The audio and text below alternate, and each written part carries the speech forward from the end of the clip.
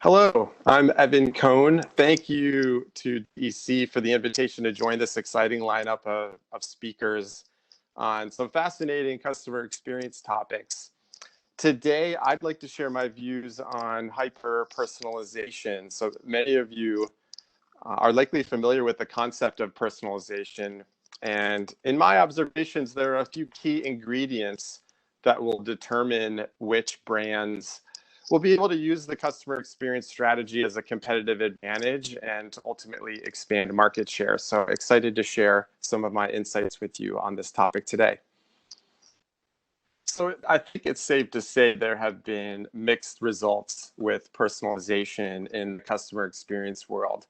And I'm specifically referring to customer experience initiatives to incorporate artificial intelligence and automation to build deeper connections with consumers. So for one, personalization, before many brands have perfected its implementation, has already become a buzzword today. And that impacts both enterprise business and consumer expectations of its capabilities. So and the preferences are quite clear. And there are specific programmatic and operational, as well as technical steps that brands need to take to meet those consumer demands. So what is hyper-personalization? Well, when you ask many brand and customer experience leaders, they'll often point to an implementation of a product that includes something like this. Hi, insert name. How can I help you? Now, while it's true, people generally like to hear their name. Unfortunately, many leaders think this checks the box of personalization. And while it can be a start, it certainly isn't the end of a personalized experience. So how did personalization become such a buzzword? Well, first, in the last 4 to 5 years, chatbots have flooded the market with a wide range of capabilities.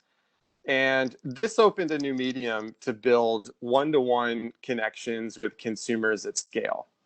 In parallel to that, customer experience leaders are recognizing the role of technology, broadly speaking, on their overall programs and figuring out how to incorporate these new technologies into a customer-centric orientation.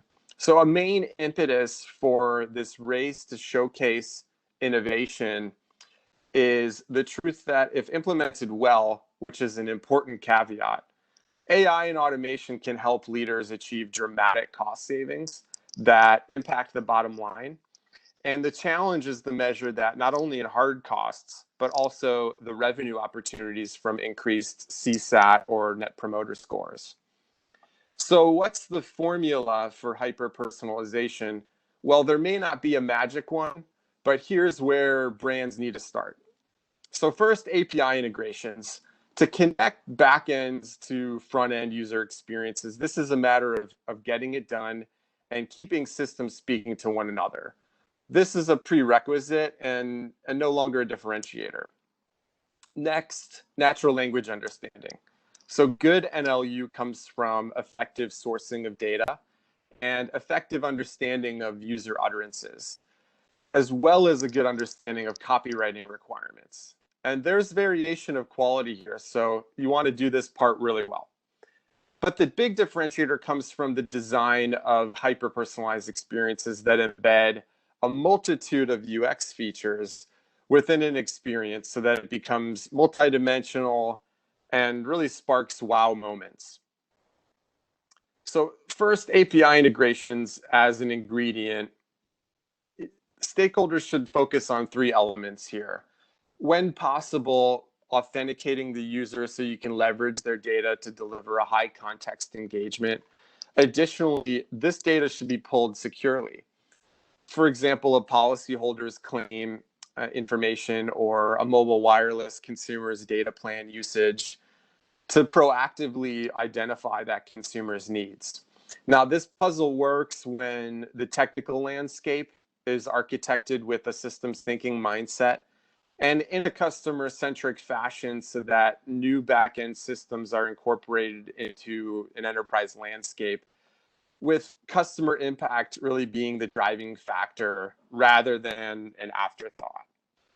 So think of integrations less as a differentiator and more as table stakes for hyper-personalization, really as a prerequisite. So by developing new APIs, many companies have extended the life of legacy systems or homegrown systems, earning them new relevance by plugging them into new front-end customer experiences. And pairing this approach with a bias toward identifying users via authentication or leveraging metadata pre-login to serve more dynamic experiences to anonymous users can shift things away from a one-size-fits-all approach. And hyper-personalization is not a function of how well a cute avatar can crack a joke. The most memorable experiences are those that allow a consumer to achieve a range of tasks, like booking a cruise. Well, maybe not during COVID, but things like instantly transferring bank account funds. So to power these transactions, API integrations are a prerequisite. Now, many assume that consumers will avoid sharing even basic info at all costs, but we've seen that this is a myth. In fact, 81% will share basic info about themselves if it means they'll be served more personalized experiences. So this is clear evidence that consumers want personalized experiences, and it presents brand leaders an opportunity to show they can deliver on it. Now, we can spend all day talking about the intricacies of natural language understanding. The truth is that intent classification has become a commodity these days. Like with API integrations, there are elements of NLU that are not differentiators. They're table stakes. NLU should not be deployed without an 85 to 90% plus precision or accuracy when it comes to classification of common intents. But in addition, it should include sentiment and tone analysis. So if a consumer is frustrated about their utility bill, you serve the fastest path to resolution. If they show delight about the effects of a recent skincare product they purchased, you serve them an upsell offer right within a digital engagement. So ultimately, every brand has an opportunity to become a conversational brand. Nearly all consumer-facing businesses sit on top of data that can be securely leveraged to create NLU-driven experiences. And the differentiation comes in the ability to adapt automated experiences to the disposition of the user, even via emoji analysis. As users are typing via free text entry in a digital experience, the most informal way to communicate today being emojis. So this is not with a goal of making automation more human, but rather making automation more effective in serving human needs. And before we talk about design, I want to call out the dividends that effective personalization can pay. So more than 3/4 of consumers say personalization impacts their loyalty to brands. In fact, 79% consumers who agree that the more personalization tactics a brand uses, the more loyal they are to that brand. So this doesn't just translate into singular wow moments, but it creates memorable experiences that can earn loyalty for an entire lifetime. Now, design is the biggest differentiator when it comes to building hyper-personalized experiences. First, know your buyer personas and make sure your whole team looks at the design process through their eyes, through the eyes of user personas. Give them names, really make them real. Then go through an empathy mapping exercise. What are these customers saying, thinking, feeling, doing today? And what trends can be observed as problems to solve for via personalization? So it's not hyper-personalization for the sake of it, but rather positioning it as a vehicle to build deeper relationships with customers.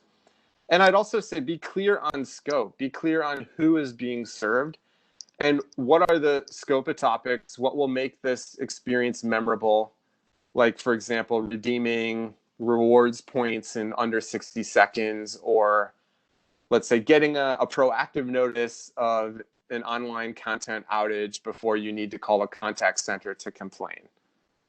So as consumer preferences shift, it's as important as ever for personalization initiatives to be driven by customer experience leaders and not handed over to IT teams. These are not technology initiatives. They're design initiatives that include a technological component. So constantly ask, how can we have this user apply as little brain power as needed to navigate this user journey? Allow them to start and stop engagements at their convenience. So preferences toward asynchronous communications are one of the reasons why 9 out of 10 consumers prefer messaging over calling a call center, according to Consumer Reports. And when using a variety of channels, there are different parameters between Facebook Messenger and Apple Business Chat and the new Google Business Messages, for example. So pick channels intentionally rather than just trying to be everywhere with a risk of diluting experiences. Now, one channel that consumers hate is IVR. In fact, I saw a stat recently that said only 3% of consumers like IVR. Here, it's 61% who say IVR poisons the customer experience.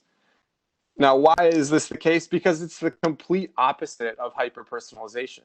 It's absent personalization. It's cookie cutter. It tells consumers that the brand doesn't care about them as a person, only as a customer service case number. So to summarize here, personalization is hard. There's an art and a science, but it's worth it.